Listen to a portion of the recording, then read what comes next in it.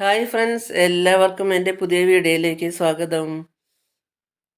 എല്ലാവരും നല്ല സന്തോഷത്തിലാണല്ലേ? എല്ലാവർക്കും ഇപ്പോൾ ഓണാഘോഷത്തിൻ്റെ ഒരുക്കത്തിലല്ലേ? മാവേലിയെ വരവേൽക്കാനുള്ള ഒരുക്കത്തിലല്ലേ എല്ലാവരും? ഞാനും അങ്ങനെയൊക്കെ തന്നെയാണ് കേട്ടോ. ഓണം എന്ന് പറഞ്ഞാൽ നമുക്കൊരു പ്രത്യേക സന്തോഷം തന്നെയാണല്ലേ?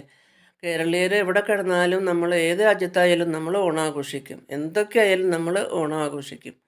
അത് മലയാളികളുടെ ഒരു പ്രത്യേകത തന്നെയാണ്. ഓണം എന്ന് പറഞ്ഞു കഴിഞ്ഞാൽ ഒരു പ്രത്യേക സന്തോഷം തന്നെയാണ്. എന്തെല്ലാം ഉണ്ടെങ്കിലും അതൊക്കെ മാറ്റി വെച്ച് നമ്മൾ ഓണം ആഘോഷിക്കും. അപ്പം ഞാനും ഓണത്തിൻ്റെ ആഘോഷത്തിൽ തന്നെയാണ്. ഓണമൊക്കെ ഒരുങ്ങിക്കൊണ്ടിരിക്കുന്നു. പുളിഞ്ചി നാരങ്ങയൊക്കെ ഉണ്ടാക്കി ഇതാ കായ വറുത്തു. നിങ്ങളും എല്ലാ പുളിഞ്ചി നാരങ്ങ കായൊക്കെ കുറവായി എന്ന് വിചാരിക്കുന്നു. അപ്പോൾ പുളിഞ്ചി നാരങ്ങയൊക്കെ ഉണ്ടാക്കുന്ന വീഡിയോ ഞാൻ ഇതിനു മുമ്പ് ഇട്ടിട്ടുണ്ട് കേട്ടോ. അതുകൊണ്ട് കൂടുതലായിട്ടൊന്നും വീഡിയോ ഞാൻ ഉണ്ടാക്കുന്നതൊന്നും കാണിക്കുന്നില്ല. നാരങ്ങയുടെ ഒട്ടും ഞാൻ കാണിക്കുന്നില്ല. പുളിഞ്ചി ഉണ്ടാക്കുന്നത് കുറച്ച് കാണിക്കുന്നുണ്ട് കേട്ടോ. പുളിഞ്ചി ഈ തവണ ഞാൻ കുറച്ച് വ്യത്യാസത്തിലാണ് കേട്ടോ ഉണ്ടാക്കിയിരിക്കുന്നത്. പുളിഞ്ചി വയ്ക്കാനായിട്ട്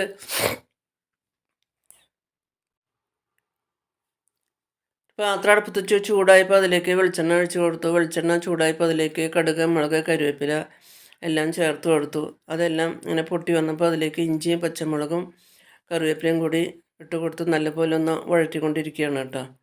സാധാരണ പുളിവെള്ളത്തിൽ ഇഞ്ചി പച്ചമുളകൊക്കെ ഇട്ട് തിളപ്പിച്ച് മുളക് പൊടി മഞ്ഞൾപ്പൊടിയൊക്കെ ഇട്ട് തിളപ്പിച്ച് ഇട്ടൊക്കെയാണ് ഉണ്ടാക്കാറ്. വീണ്ടും ഇഞ്ചിയും പച്ചമുളകൊക്കെ വറുത്തിടും, ശർക്കരയൊക്കെ ചേർക്കാറുണ്ട്. ഇത്തവണ കുറച്ച് വ്യത്യാസത്തിലാണ്.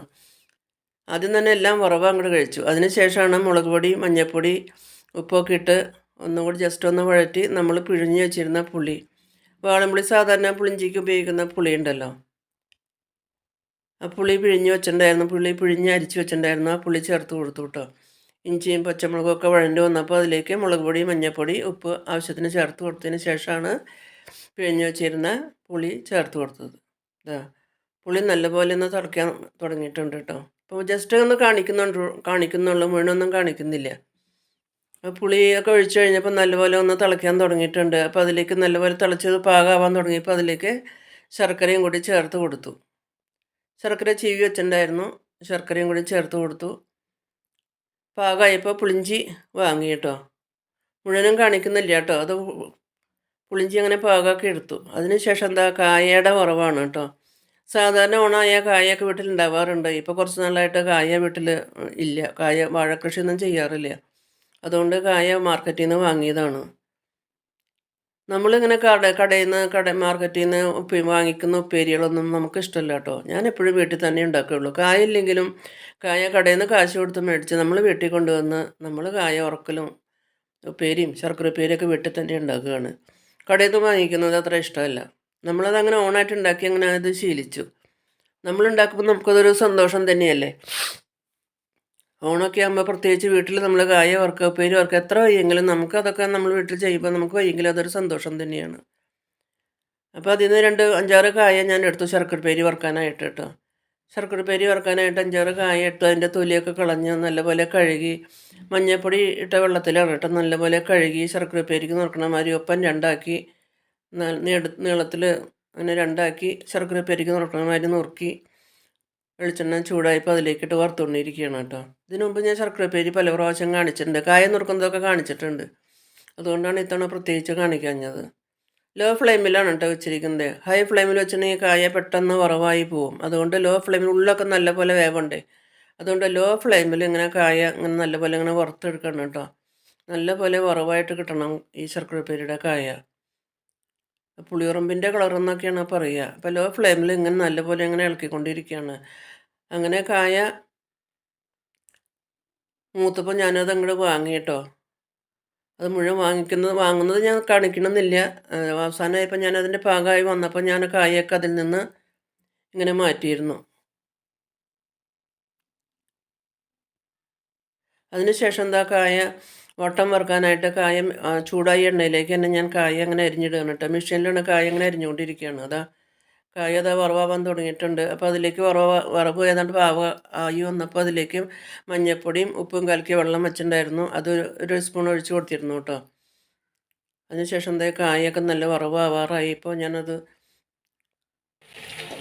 മാറ്റുകയാണ് കേട്ടോ. അതിൻ്റെ വെള്ളമൊക്കെ വറ്റി വന്നപ്പോൾ കായ എൻ്റെ വറവായി നിർത്താം. വെളിച്ചെണ്ണ അങ്ങനെ ഇങ്ങനെ പൊട്ടാൻ തുടങ്ങുമല്ലോ. അപ്പോൾ വെളിച്ചെണ്ണയിൽ പൊട്ടൽ നിൽക്കുമ്പോൾ അതിൻ്റെ അർത്ഥം കായ വെന്തു എന്നാണ്. കായ നല്ല ഫ്രൈ ആയി എന്നുള്ളതാണ്. അപ്പോൾ അത് കായ നല്ല ഫ്രൈ ആയി. ഇതാ വെളിച്ചെണ്ണയിൽ നിന്ന് കായ മാറ്റുകയാണ് കേട്ടോ. 2 കായ വറുക്കുന്നത് മാത്രമേ കാണിക്കുന്നുള്ളൂ കേട്ടോ. ജസ്റ്റ് ഒന്ന് കാണിക്കുന്നു മാത്രമേ ഉള്ളൂ കായ വറുക്കുന്നത്. അങ്ങനെ കായ വറുത്ത ഉപ്പേരിയും റെഡിയായി കേട്ടോ. അതിനുശേഷം എന്താ നമ്മൾ ശർക്കര ഉപ്പേരിക്ക് വറുത്ത് വെച്ചിരുന്നല്ലോ. ഞാൻ വറുത്ത് പാകാക്കി വെച്ചിരുന്നു. അതിലേക്ക് കുറച്ച് പഞ്ചസാരയും ഏലക്കായും ചുക്കും ജീരകം കൂടി പൊടിച്ച് വെച്ചിട്ടുണ്ടായിരുന്നു. അതിനുശേഷം ഒരു ഉരുളിയിലേക്ക് 1/2 കിലോ ശർക്കര അര ഗ്ലാസ് വെള്ളമൊഴിച്ച് ഉരുക്കി ഉരുളിയിലേക്ക് ഞാൻ ഒഴിച്ചിരുന്നു. അതിങ്ങനെ ഇളക്കിക്കൊണ്ടിരിക്കുകയാണ് കേട്ടോ. അത് ഒരു നൂൽ പാകമാവുന്നത് വരെ നമ്മൾ നോക്കിക്കൊണ്ടിരിക്കണം. അതിൻ്റെ ശർക്കരയുടെ പാവ് കറക്റ്റായിരിക്കണം. എന്നാലാണ് ശർക്കര ഉപ്പേരി പാകമാവുള്ളൂ, ശരിയായിട്ട് കിട്ടുള്ളൂ. അപ്പോൾ നമ്മളെപ്പോഴും നോക്കിക്കൊണ്ടിരിക്കണം. ഞാനിങ്ങനെ ഇടയ്ക്കിടയ്ക്ക് നോക്കിക്കൊണ്ടിരിക്കുന്നുണ്ട് കേട്ടോ. ഒരു നൂൽ പാകമായോ എന്നിങ്ങനെ നോക്കിക്കൊണ്ടിരിക്കുകയാണ്. അപ്പോൾ ഏതാണ്ട് ഒരു നൂൽ പാകമായപ്പോൾ ഞാൻ വറുത്ത് വെച്ചിരുന്ന കായ ഇട്ട് കൊടുത്തു കേട്ടോ. ശർക്കര ഉരുക്കിലേക്ക് നമ്മൾ വറുത്ത് വെച്ചിരുന്ന കായ ചേർത്ത് ഒന്ന് ഇളക്കി കൊടുത്തു. അതിനുശേഷം നമ്മൾ ചുക്കും ജീരകവും ഏലക്കായൊക്കെ പൊടിച്ച് വെച്ചിരുന്നല്ലോ, അതും ചേർത്ത് കൊടുത്തു. ചുക്കും ജീരകം ഏലക്കായും ചേർന്നാലാണ് ശർക്കര ഉപ്പേരിക്ക് നല്ല ടേസ്റ്റ് കിട്ടുള്ളൂ കേട്ടോ. അതിനുശേഷം അത് നല്ലപോലെ ഒന്ന് ഇളക്കി. ആ ചുക്കും ജീരകമൊക്കെ കായ്മ പിടിക്കാൻ വേണ്ടിയിട്ട് നല്ലപോലെ ഒന്ന് ഇളക്കി യോജിപ്പിച്ചെടുത്തു കേട്ടോ. അതിനുശേഷം കുറച്ച് പഞ്ചസാര വെച്ചിട്ടുണ്ടായിരുന്നല്ലോ, പഞ്ചസാരയും കൂടി ചേർത്ത് കൊടുത്തു. ഒന്ന് ഒട്ടി പിടിക്കാതിരിക്കാൻ വേണ്ടിയിട്ടാണ് നമ്മൾ പഞ്ചസാര ചേർത്ത് കൊടുക്കുന്നത്. ആ പഞ്ചസാരയും കൂടി ചേർത്ത് കൊടുത്ത് നല്ലപോലെ ഒന്ന് തൊടാണ്ട് നല്ലപോലെ ഇങ്ങനെ ഇളക്കി എടുത്തു കേട്ടോ.